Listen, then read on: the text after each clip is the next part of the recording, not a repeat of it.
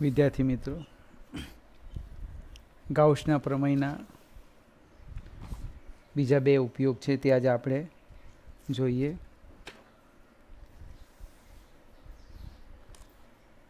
વિદ્યુતભારિત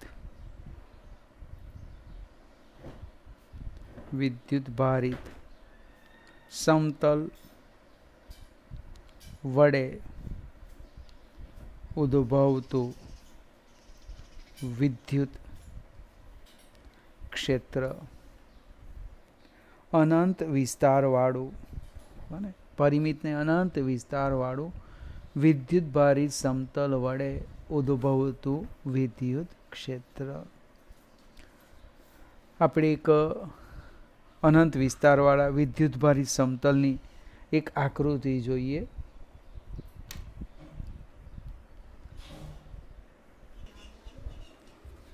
આ એક સમતલનો નાનો ભાગ પાડી દઈએ આપણે આ રીતે.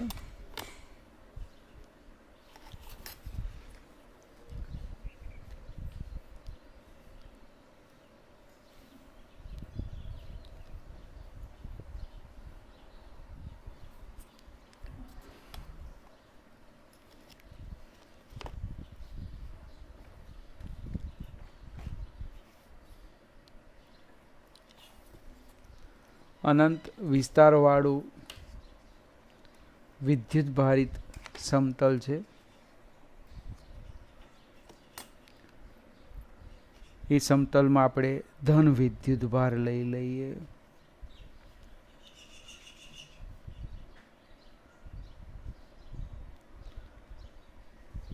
સમતલથી કોઈ પણ અંતરે આપણે વિદ્યુત ક્ષેત્ર શોધવું છે.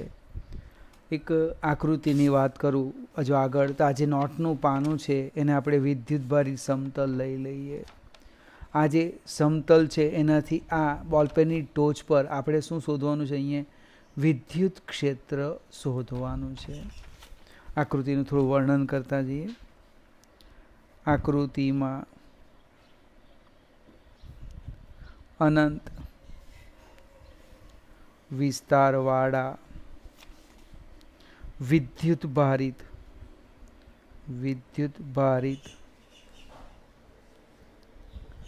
સમતલનો એક નાનો ખંડ અથવા ભાગ દર્શાવ્યો છે. અહીં વિદ્યુતભારની પૃષ્ઠ ઘનતા સિગ્મા છે. વિદ્યુતભારની પૃષ્ઠ ઘનતા સિગ્મા છે, અથવા એકમ ક્ષેત્રફળ દીઠ વિદ્યુતભાર સિગ્મા છે. સમતલથી આર અંતરે, હવે આ જે સમતલ છે એને હું એક લીટીમાં બતાવું, માત્ર એક નાની સરખી લીટી જોજો. બાજુમાં જ આકૃતિ દોરું સમજવા માટે. હા, સમતલ લઈ લઈએ. સમતલથી આર અંતરે અથવા એક્સ અંતરે આ પી બિંદુ પાસે વિદ્યુત ક્ષેત્ર શોધવું છે. વર્ણન કરી દે. આકૃતિમાં દર્શાવ્યા પ્રમાણે પી બિંદુ પાસે, આપણે અંતરનો ઉલ્લેખ કરતા નથી, પી બિંદુ પાસે વિદ્યુત ક્ષેત્ર શોધવું છે. આકૃતિમાં દર્શાવ્યા પ્રમાણે આ જે પી બિંદુ છે એ બિંદુ પાસે વિદ્યુત ક્ષેત્ર શોધવું છે. આકૃતિ પરથી આપણે કહી શકીએ, સમિતિ પરથી, કે સમતલની બંને બાજુ સમાન લંબ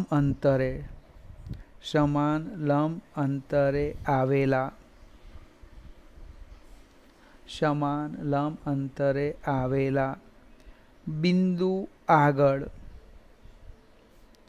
વિદ્યુત ક્ષેત્રનું મૂલ્ય સમાન અને દિશા પરસ્પર વિરુદ્ધ. સમતલથી એક સરખા અંતરે બંને બાજુ આવેલા બિંદુ બને આ જેટલું અંતર લીધું એટલું જ અંતર આપણે આ બાજુ લઈએ. તો બંને પાસે વિદ્યુત ક્ષેત્રનું મૂલ્ય કેવું? સમાન, પણ દિશા કેવી? પરસ્પર વિરુદ્ધ. આમ હવે વિદ્યુત ક્ષેત્ર શોધવા માટે આપણે શું કરીએ? આકૃતિમાં દર્શાવીએ. આ આકૃતિ સમજવા માટે છે. આપણી આકૃતિ આ છે, ચોપડીમાં જોવું તો ખ્યાલ આવશે તમને. એ આડછેદનું ક્ષેત્રફળવાળો અને સમતલની બંને બાજુ લંબાઈ સમાન હોય એવા એક ગાઉસિયન નળાકાર પૃષ્ઠની કલ્પના કરો. આપણે એક એવા ગાઉસિયન પૃષ્ઠની કલ્પના કરીએ કે એ જે નળાકાર છે એ નળાકારની સમતલની બંને બાજુ લંબાઈ કેવી હોય? સરખી હોય. આનું વર્ણન કરી દઈએ. પહેલાં આકૃતિમાં શું દર્શાવેલું છે? તો કે એ આડછેદ, એ નિયમિત આડછેદ અને સમતલની, એ નિયમિત આડછેદ અને સમતલની બંને બાજુ લંબાઈ સમાન હોય તેવા ગૌસિયન, અને કાલે પણ વાત કરી પોસ્ટ ગાઉસિયન જે લખ્યું હતી પૃષ્ઠની કલ્પના કરો.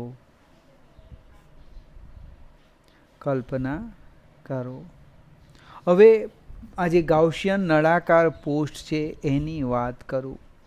એની 3 વક્ર સપાટી છે.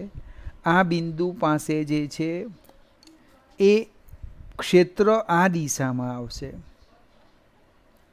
સમતલને લંબ ક્ષેત્ર આ દિશામાં, અને એનો પૃષ્ઠ સદિશ એને લંબ આવવાનો.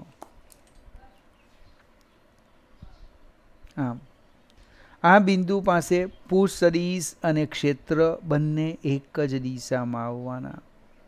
આ બિંદુ પાસે પણ પૃષ્ઠ સદિશ અને ક્ષેત્ર બંને એક જ દિશામાં આવવાના. એટલે આપણે જો નંબર આપીએ આગળ સમજાવેલું તેમ, અને હું 1 કેમ અને 2 કહીએ અને આ વક્ર સપાટીને 3 કહીએ, તો અક્ષને લંબ એવી 2 બાજુમાંથી ફ્લક્સ પસાર થશે. જ્યારે આ જે વક્ર સપાટી છે એમાંથી પસાર થતું ફ્લક્સ શૂન્ય. કેમ? તો કે ક્ષેત્ર અને પૃષ્ઠ સદિશ પરસ્પર કેવા છે? લંબ છે. આગળ જઈએ. આ પૃષ્ઠમાંથી પસાર થતું ફ્લક્સ,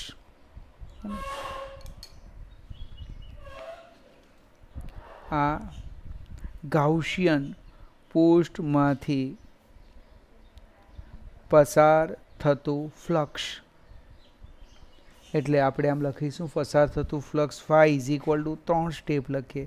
phi1 + phi2 + phi3. અને વક્ર સપાટી પાસે જોજો વાક્ય રચના.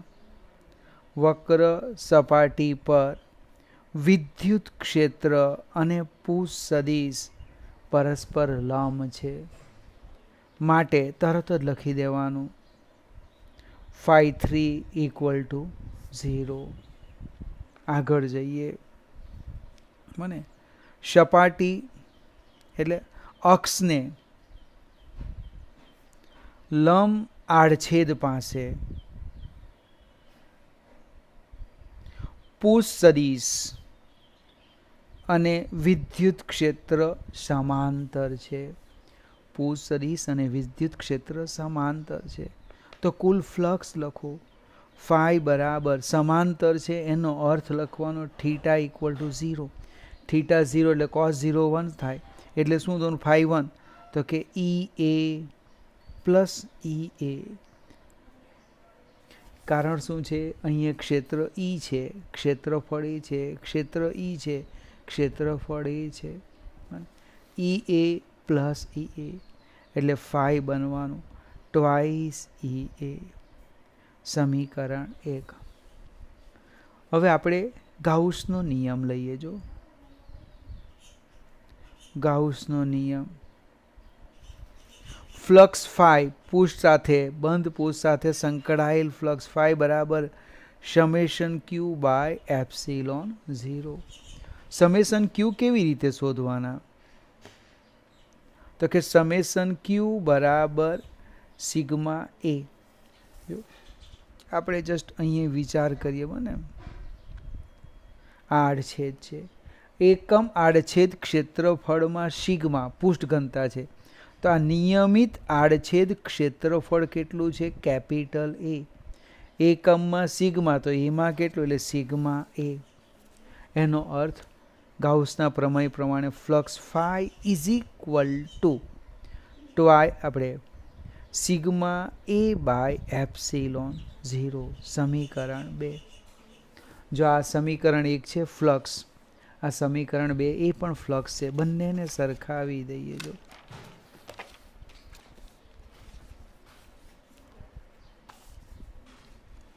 સમીકરણ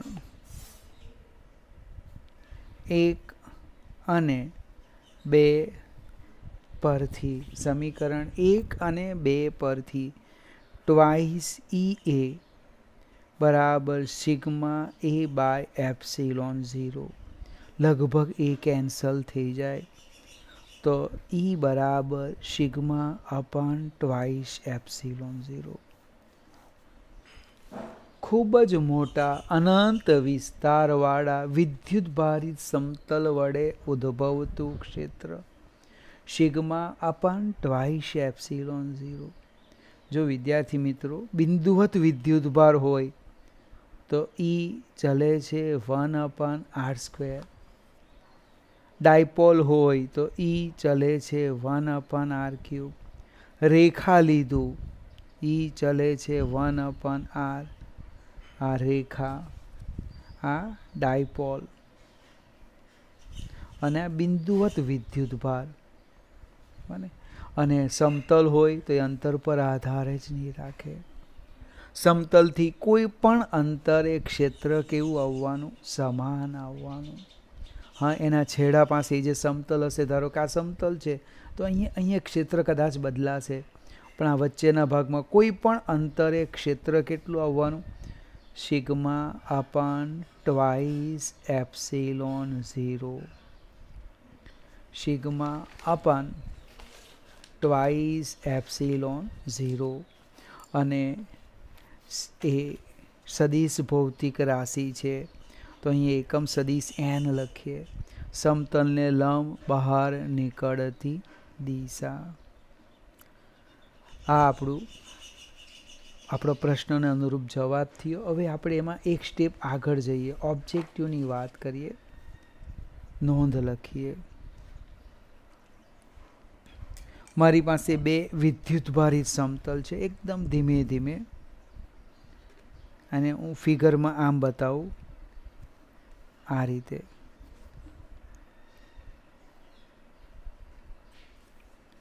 હવે જે વિદ્યુતભારની પૃષ્ઠ ઘનતા છે એ અહીંયા લખી દેમ +σ1, અહીંયા લખી દેમ +σ2. પ્રશ્ન કયો છે તે સમજવા પ્રયત્ન કરે. આ બંને સમતલની વચ્ચે અને બહાર વિદ્યુત ક્ષેત્ર કેટલું છે? કોમન ચર્ચા છે, પછી આપણે એને બદલશું વારાફરતી. હવે હમણે જે ચર્ચા કરી એ જ હું સમજાવવા પ્રયત્ન કરું. હું માત્ર σ1 લેમ, એના વડે ઉદ્ભવતું વિદ્યુત ક્ષેત્ર, σ1 વડે ઉદ્ભવતું ક્ષેત્ર એટલે આ સમતલ વડે ઉદ્ભવતું ક્ષેત્ર કોઈ પણ બિંદુ પાસે એક સરખું આવવાનું. અને દિશા કઈ? પૃષ્ઠને લંબ બહાર નીકળતી દિશા. જો પ્લસ હોય તો બહાર અને માઇનસ હોય તો અંદર, એ યાદ રાખવાનું. તો હું એક આ બિંદુ લેમ છું, તો અહીંયા ક્ષેત્ર કઈ દિશામાં આવે? આ દિશામાં આવશે. જો આમ σ1/2 એપ્સિલોન 0. એક બિંદુ આપણે આ લઈએ અહીંયા ક્ષેત્ર આમ આવવાનું, સિગ્મા 1/2/ε0. એને અંતર સાથે લેવા દેવા નથી. એક બિંદુ આ લઈ લઈએ, ક્ષેત્ર જો બહાર નીકળતી દિશા, સિગ્મા 1/2/ε0. જો આ વિદ્યુતભાર ઋણ હોત તો એરો અંદર આવી જતે, આમ આમ આવતે. આ યાદ રાખવાનું, પ્લસ અથવા માઇનસ. હવે સિગ્મા 1ની જગ્યાએ આ સમતલ 2 લઈ લઉં તો બીજા સમતલને કારણે અહીંયા ક્ષેત્ર કેટલું, તો એ પણ પ્લસ છે, એટલે બહાર નીકળતી દિશા મૂલ્ય સિગ્મા 2/2/ε0. પાછો પ્રશ્ન ઉદ્ભવ્યા, તમે ક્યાંથી લાવ્યા, તો જસ્ટ હમણે થિયરી જોઈ.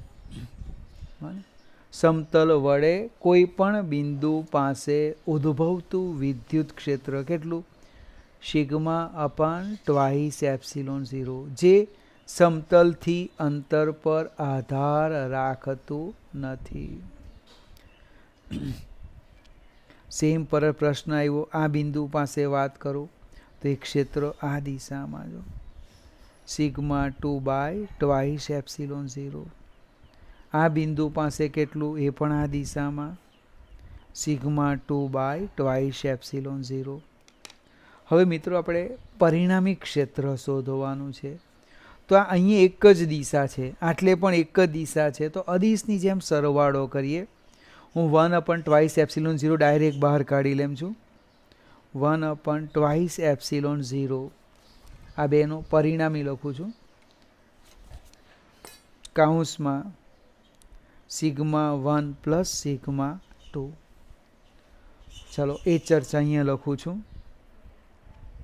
1/2ε0 સિગ્મા 1 પ્લસ સિગ્મા 2, દિશા આમ.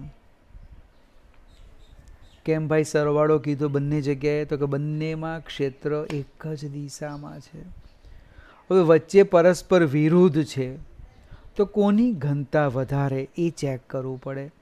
તો અહીંયા આપણે નોંધ આપી છે, અહીંયા લખી દેમ, હું નોંધ લખું છું, sigma 2 is greater than sigma 1. એનો અર્થ પહેલા પદ આ લેવાનું ઓછા આ, અને એટલે શું થવાનું, 1/2ε0 સિગ્મા 2 માઇનસ સિગ્મા 1. દિશા કઈ આવવાની, પરસ્પર, એટલે આ દિશા આવવાના, સિગ્મા 2ની દિશા આવવાની. જો સિગ્મા 1 ગ્રેટર ધેન સિગ્મા 2 હોતે તો અહીંયા 1 લખતે, અહીંયા 2 હોતે, દિશા આમ આવતે.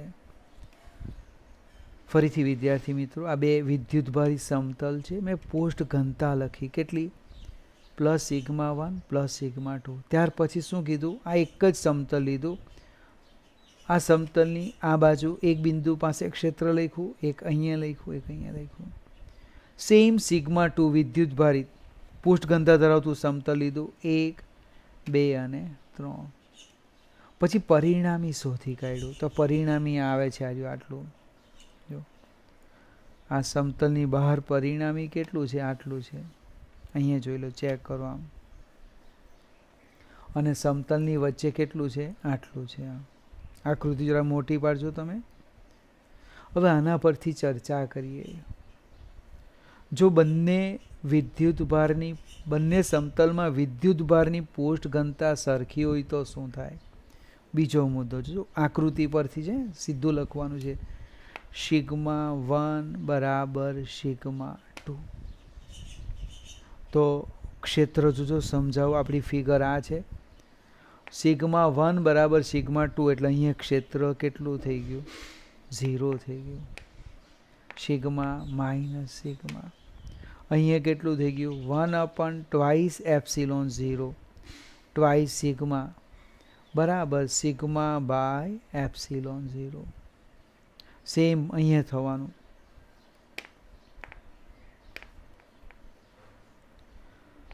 જો બંને વિદ્યુતભાર સમતલ પર વિદ્યુતભારની પોસ્ટ ઘનતા સરખી હોય તો આ પરિસ્થિતિ આવે.